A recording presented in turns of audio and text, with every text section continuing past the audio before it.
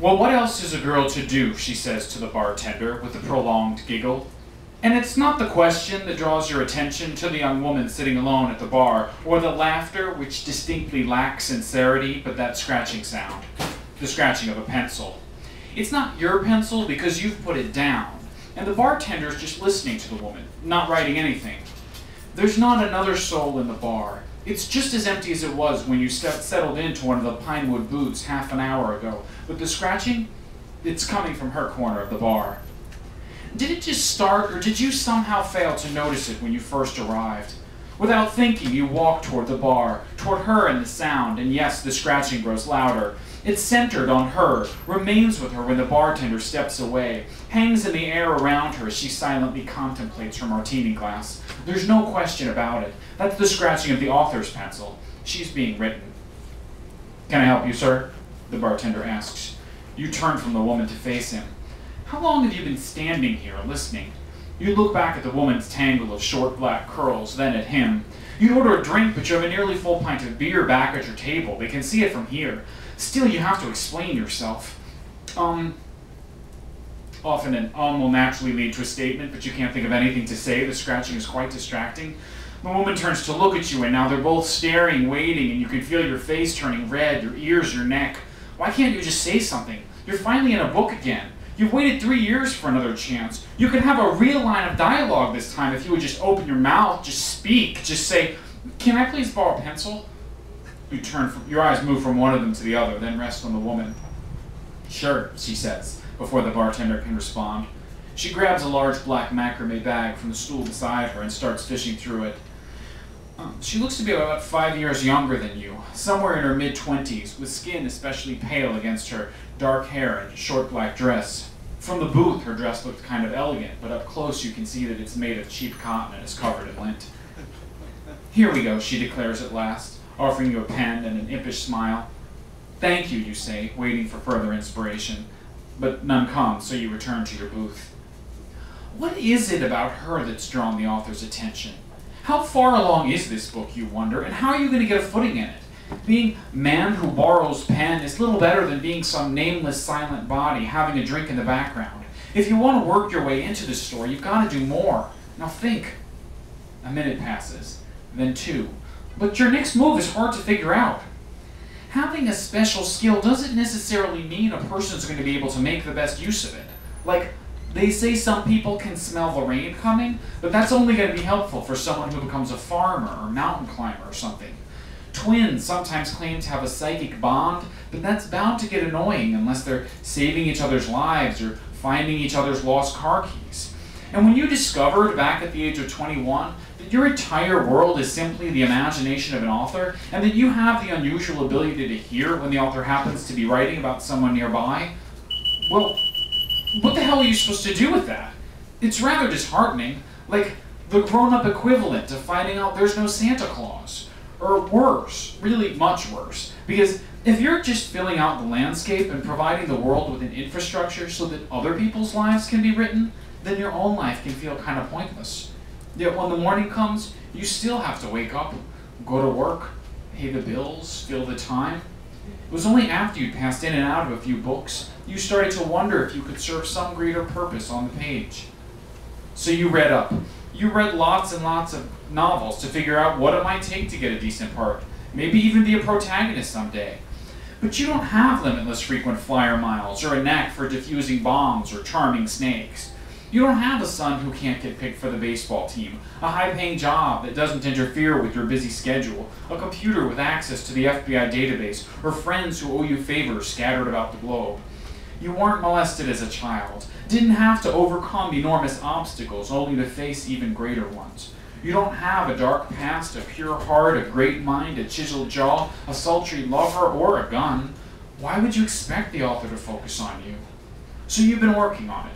You were on the track team at Boston University, so you keep it up, running a few days a week at the gym or outside if it's not too cold. You could outrun an attacker, run 5 miles in 30 minutes to deliver a secret antidote. You had the LASIK surgery, didn't want glasses to become your Achilles heel. You've been thinking about buying a gun and going to a shooting range, but you haven't had the time yet. And though you can take a class to learn to shoot or master karate or overcome a speech impediment, you cannot take a course in charisma. So coming up with something to say to this woman, who's rather pretty and probably out of your league, is not that easy. In the mood for a little company? She's standing right beside your booth, holding a pink martini. You didn't even see her walk up. My name's Delia Benson, she continues, sitting down across from you with a pleasant, rhetorical "may I?" Daniel Fisher, you say, sliding your pencil off the table. It's supposed to be broken. You crack the tip on the bench beside you. So, Daniel, I practically live at Lily's, but I don't think I've seen you here before. You look up and let your eyes survey the oil paintings interspersed among neon beer signs. No, you say, I was just having dinner over in Porter Square with... You're about to bore yourself, so you let the words trail off, hoping you can both just ignore the false start. Yes, I see. And dinner went so well that you hurried down the block afterwards to have a drink in peace. Bad date? She asks, raising one dark eyebrow. There's something feline about her movements. She rests her arms flat on the table and maintains the inquisitive expression until you blush. No, parents, you explain. They were passing through Boston on their way back from Atlantic City, and they had to tell me about every bet made at every casino. I can see how that might require lubrication, she says. You smile and take a sip of beer to fill the pause, but then you swallow wrong and start to choke. So you hold your breath for a few seconds, but you can feel that your face is turning red as the foam starts to move back up, and she's watching you, her brow slightly crinkled, and you will the beer not to shoot out of your nose, not now, but it's close, and you're going to need to breathe again soon, and this moment is not helping move the conversation along, so carefully you cough a few drops into your hand, just drops, not ounces, nothing too conspicuous, and the danger passes. Are you okay? She asks. You nod. You are not making a stellar impression, not a particularly smooth entrance onto the page. Are you sure? She says. Your ears just turned red. Yes, you say. They just do that sometimes. Man, whose ears turn red sometimes, you shouldn't be allowed to speak. So, you're a writer, she says. The question startles you before you register her quick glance at the notebook in front of you. No, you tell her, hurriedly closing it and pushing it aside. No, this is nothing. I work in marketing. I didn't ask what you do for a living. If you're like 99% of the people in the world, what you do to pay the bills is meaningless. Wouldn't it be nice if we could just take care of ourselves, just grow our own food or kill it, build a house and call it a day? Oh, yeah, you say, sure. Not that I could actually build a house, but I'm sure I could learn to garden. They say it's relaxing.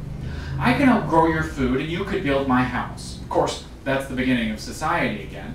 Only a few steps from there to Walmart and consulting firms. Hey, I actually work at a consulting firm, you tell her. And why wouldn't you, she says with a light chuckle. The bar door creaks open behind you and she throws a glance over your head, then takes a long sip of her drink. Now, she says, and she rests a hand on top of yours. Tell me what you're writing. Is it a novel? You're not sure what to say at first. Your notebook is filled with useless scribbles about how to sell computer processors and financial services, so you settle on a definite sort of. Well, I don't want to put words in your mouth. No, it is, you lie. It's a novel. That's very exciting, she says. I love novels. What's it about? You give yourself a second to think. Could the author be playing with you? I haven't quite figured it out yet, you say. Well, what's happened so far? Not much. There's this guy. He's in his 30s. And? You sip your beer cautiously, then shrug. Like I said, I really just started. Nothing interesting's happened yet.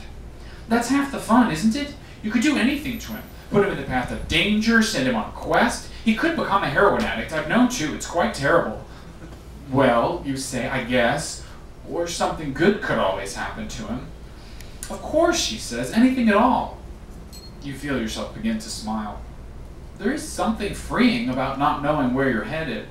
Exactly, she says. And if you don't like the character or what he does, you can always invent someone exciting, start over. They're only words, you can make more. No, you tell her. This feels like some sort of test. No, I'm going to stick with him.